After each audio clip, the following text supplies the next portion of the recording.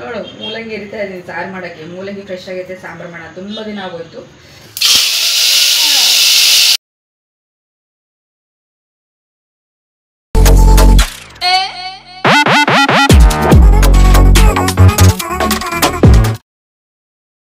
Hi friends, welcome back to my channel Rani Kalla vlogs. ಎಲ್ಲರೂ ಹೇಗಿದ್ದೀರಾ? I hope ನೀವೆಲ್ಲರೂ ಕೂಡ ತುಂಬಾ ಚೆನ್ನಾಗಿದ್ದೀರಾ ಅಂತೇಳಿ. ಫ್ರೆಂಡ್ಸ್, ಇವತ್ತು ನಾನು ನಿಮ್ಮೆಲ್ಲರ ಜೊತೆ ಒಂದು ಹೊಸದೊಂದು ನ್ಯೂ ವ್ಲಾಗ್ನ ಸ್ಟಾರ್ಟ್ ಮಾಡ್ತಾ ಇದ್ದೀನಿ. ಇವತ್ತು ಏನು ಸ್ಪೆಷಲು, ಏನು ನನ್ನ ವ್ಲಾಗಲ್ಲಿ ಡೇ ಹೇಗೆ ಹೋಗಿದೆ ಅನ್ನೋದನ್ನು ನಾನು ನಿಮ್ಮ ಜೊತೆ ಶೇರ್ ಮಾಡ್ಕೊತಾ ಇದ್ದೀನಿ.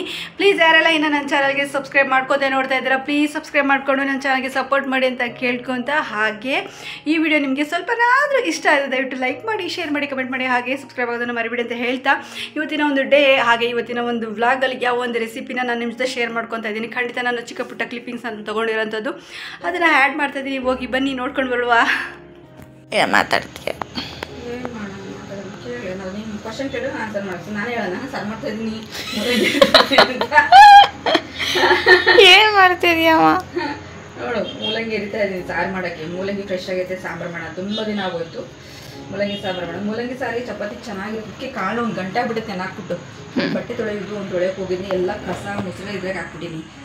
ಯಾಕಂದರೆ ಅಲ್ಲಿ ಬಟ್ಟೆ ತೊಳೆದು ಬಂದ ಸಾಕಾಗೋತ್ತು, ನಿಂತ್ಕೊಂಡು ಎರೆಯೋಕ್ಕಾಗಲಿಲ್ಲ. ಇದ್ರಲ್ಲಿ ಹಾಕ್ಬಿಟ್ಟು ಸೈಡಿಗೆ ಹಿಂಗೆ ಎಲ್ಲ ಎದ್ದು ತೊಳಿತೀನಲ್ವ ಇವಾಗ. ಇವಾಗ ಇದನ್ನೆಲ್ಲ ಹಿಂಗೆ ಸಿಪ್ಪೆನ ತಕ್ಕೊಂಡ್ಬಿಡ್ತೀವಿ, ಕಸ ಅಂತ ಐಟಮ್ ಏನಿದೆಯಲ್ಲ. ಇವಾಗ ಸಾಂಬಾರು ಮಾಡಬೇಕು, ಮೂಲಂಗಿ ಸಾಂಬಾರು. ಯಾರಿಗೆಲ್ಲ ಈ ಮೂಲಂಗಿ ಸಾಂಬಾರು ಇಷ್ಟ ಕಮೆಂಟಲ್ಲಿ ತಿಳಿಸಿ. ಯಾಕೆ ಅಂತ ಅಂದರೆ ಯಾರಿಗೆಲ್ಲ ಇಷ್ಟ ಆಗುತ್ತೆ ಅಂತೇಳಿ. ಈ ಮೂಲಂಗಿ ಸಾಂಬಾರು ತುಂಬಾ ಚೆನ್ನಾಗಿರುತ್ತೆ, ಮಾತಾಡ್ಬೇಕಾಗುತ್ತೆ. ಮೂಲಂಗಿ ಸಾಂಬಾರಿಗೆ ಚಪಾತಿ ಚೆನ್ನಾಗಿದೆ. ನನಗೆ ಮೂಲಂಗಿ ಸಾಂಬಾರು ಮುಂಚೆ ಸಣ್ಣ ಹುಡುಗಿದ್ದಾಗ ಇಷ್ಟ ಆಗ್ತಾ ಇರಲಿಲ್ಲ. ಚಪಾತಿ ಯಾವಾಗ ತಿನ್ನೋದಕ್ಕೆ ಸ್ಟಾರ್ಟ್ ಮಾಡಿದ್ರೆ ಅವಾಗಿಂದ ಮೂಲಂಗಿ ಸಾಂಬಾರು ಚೆನ್ನಾಗಿರುತ್ತೆ. ಫ್ರೆಶ್ ಮೂಲಂಗಿ ಅದು ಚೆನ್ನಾಗಿರುತ್ತೆ. ಎಣ್ಣೆ ತಗೊಂಡಿದ್ದಲ್ಲ, ಇನ್ನು ಫ್ರೆಶ್ ಆಗಿದೆ.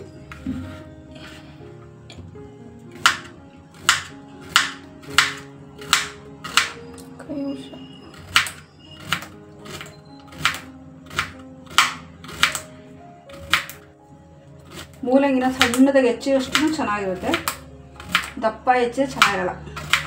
ಈ ಥರ ಇರಬೇಕು.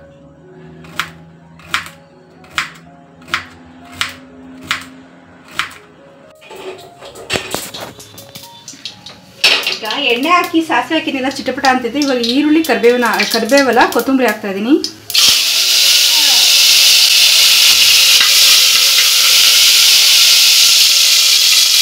ಇವಾಗ ಈ ಒಂದು ಬೇಳೆ ನೆನಾಕಿಟ್ಟಿದ್ದೆ, ಹುಣಸೆಹಣ್ಣು ಬೇಳೆ ನಾನು ಹಾಕ್ತಾ ಇದ್ದೀನಿ. ಈ ಒಂದು ಮಸಾಲೆ ಹಾಕ್ತಾ ಇದ್ದೀನಿ. ಈ ಮಸಾಲೆಗೆ ನಾನು ಸ್ವಲ್ಪ ಏನಂದರೆ ಕೊತ್ತಂಬರಿ ತೊಗೊಂಡಿದ್ದೀನಿ, ಬೆಳ್ಳುಳ್ಳಿ, ಹಾಗೆ ಈರುಳ್ಳಿ, ಹಾಗೆ 1 ಅಥವಾ 1.5 ಅಷ್ಟರೊಳಗೆ ನಾನು ಟೊಮೊಟೊ ಹಾಕಿರೋಂಥದ್ದು. ಇದ್ರೆ ನೀವು ಕಾಯಿ ಹಾಕೋಬೋದು. ಕಾಯಿ ಹಾಕಿಲ್ಲ ನಾನು, ಯಾಕಂದರೆ ಕಾಯಿನ ಜಾಸ್ತಿ ಯೂಸ್ ಮಾಡ್ತಾ ಇಲ್ಲ.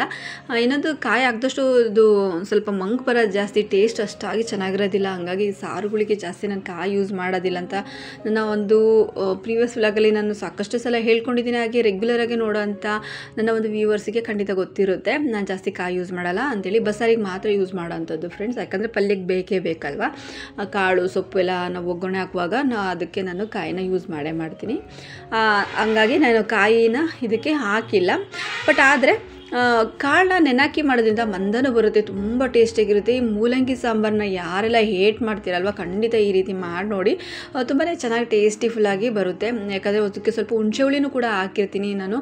ನೀವು ಕೂಡ ಬೇಕು ಅಂದರೆ ಹುಣಸೆ ಹುಳಿನೂ ಕೂಡ ಹಾಕೋಬೋದು. ತುಂಬಾ ಟೇಸ್ಟಿಯಾಗಿ ತುಂಬಾ ಚೆನ್ನಾಗಿ ಬರುತ್ತೆ. ಕಾಯಿ ಹಾಕಿದಷ್ಟು ಏನಂತಂದರೆ ಮಂದ ಬರುತ್ತೆ, ಟೇಸ್ಟು ಸ್ವಲ್ಪ ಮಂಕೆ ಬರುತ್ತೆ. ಹಂಗಾಗಿ ಮಂಕಿರೋದ್ರಿಂದ ತಿನ್ನೋದಕ್ಕೆ ಅಷ್ಟೊಂದು ಚೆನ್ನಾಗಿರೋದಿಲ್ಲ. ಏನೆಲ್ಲ ತರಕಾರಿಗಳನ್ನೆಲ್ಲ ಹಾಕಿರ್ತೀವಲ್ವ, ಬರೀ ಒಂದು ಟೊಮೊಟೊ, ಕೊತ್ತಂಬರಿ, ಈರುಳ್ಳಿ, ಬೆಳ್ಳುಳ್ಳಿ, ಖಾರದ ಪುಡಿ, ಸಾಂಬಾರು ಪುಡಿ, ಈ ಥರದ ಒಂದು ಈ ಐಟಮ್ಸ್ ಹಾಕಿರೋದ್ರಿಂದ ಇಷ್ಟೇ ಸಾಕೋದಕ್ಕೆ ತುಂಬಾ ಟೇಸ್ಟಿಯಾಗಿ ಬರುತ್ತೆ. ಹಾಗೆ ಒಗ್ಗರಣೆಗೆ ಕೊತ್ತಂಬರಿ ಹಾಕಿರೋದ್ರಿಂದ ತುಂಬ ಚೆನ್ನಾಗಿ ಟೇಸ್ಟಿಯಾಗಿ ಬರೋವಂಥದ್ದು ಈ ಒಂದು ಸಾಂಬಾರು. ಇದಕ್ಕೆ ತಕ್ಷಣಕ್ಕೆ ನಾವು ಚಪಾತಿ ಮಾಡಬಾರ್ದು, ಅಷ್ಟಾಗಿ ಏನು ಚೆನ್ನಾಗಿರೋದಿಲ್ಲ.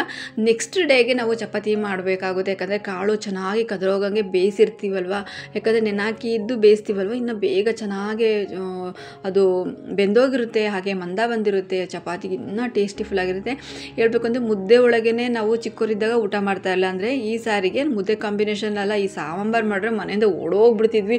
ಬಟ್ ಆದರೆ ಇವಾಗೆಲ್ಲ ಮಾಡೋವಂಥದ್ದು ಈ ರೀತಿ ಮಾಡೋದ್ರಿಂದ ಅಷ್ಟೊಂದು ನಮಗೆ ಹೇಟ್ ಮಾಡಬೇಕು ಅಂತ ಅನ್ಸಲ್ಲ, ಏನೋ ಫೇವ್ರೇಟ್ ಆಗೋ ಥರ ಆಗೋಗ್ಬಿಟ್ಟಿದೆ ಈ ಒಂದು ಮೂಲಂಗಿ ಸಾಂಬಾರು. ಇದಕ್ಕೆ ಚಪಾತಿ ಕಾಂಬಿನೇಷನ್ನು, ಹಾಗೆ ನೆಕ್ಸ್ಟ್ ಡೇಗೆ ಮಾಡೋವಂಥದ್ದು ತುಂಬ ಚೆನ್ನಾಗಿ ಬರುತ್ತೆ ಈ ಸಾಂಬಾರು. ಯಾರೆಲ್ಲ ಹೇಟ್ ಮಾಡ್ತೀರಾ ಈಗೊಮ್ಮೆ ಮಾಡಿ ನೋಡಿ, ಖಂಡಿತ ತುಂಬಾ ಚೆನ್ನಾಗಿ ಬರುತ್ತೆ ಈ ಒಂದು ಮೂಲಂಗಿ ಸಾಂಬಾರು, ಟೇಸ್ಟಿಫುಲ್ಲಾಗಿರುತ್ತೆ ಅಂತ ಹೇಳ್ಬೋದು. ಬಟ್ ಆದರೆ ಕಾಯಿ ಮಾತ್ರ ಖಂಡಿತ ಆಗಬೇಡಿ, ಅಷ್ಟಾಗಿ ಚೆನ್ನಾಗಿರಲ್ಲ. ನೀವೆಷ್ಟು ಕಾಯಿ ಹಾಕ್ತಿರೋ ಅಥವಾ ಎಷ್ಟು ಅವಾಯ್ಡ್ ಮಾಡ್ತಿರೋ ಅಷ್ಟು ಚೆನ್ನಾಗಿ ಬರುತ್ತೆ, ಕಾಯಿ ಹಾಕಿದಷ್ಟು ಕೆಟ್ಟೋಗುತ್ತೆ ಅಂತಲೇ ಹೇಳ್ಬೋದು. ಆಲ್ಮೋಸ್ಟ್ ನಾನು ಹಾಕೋದೇ ಇಲ್ಲ.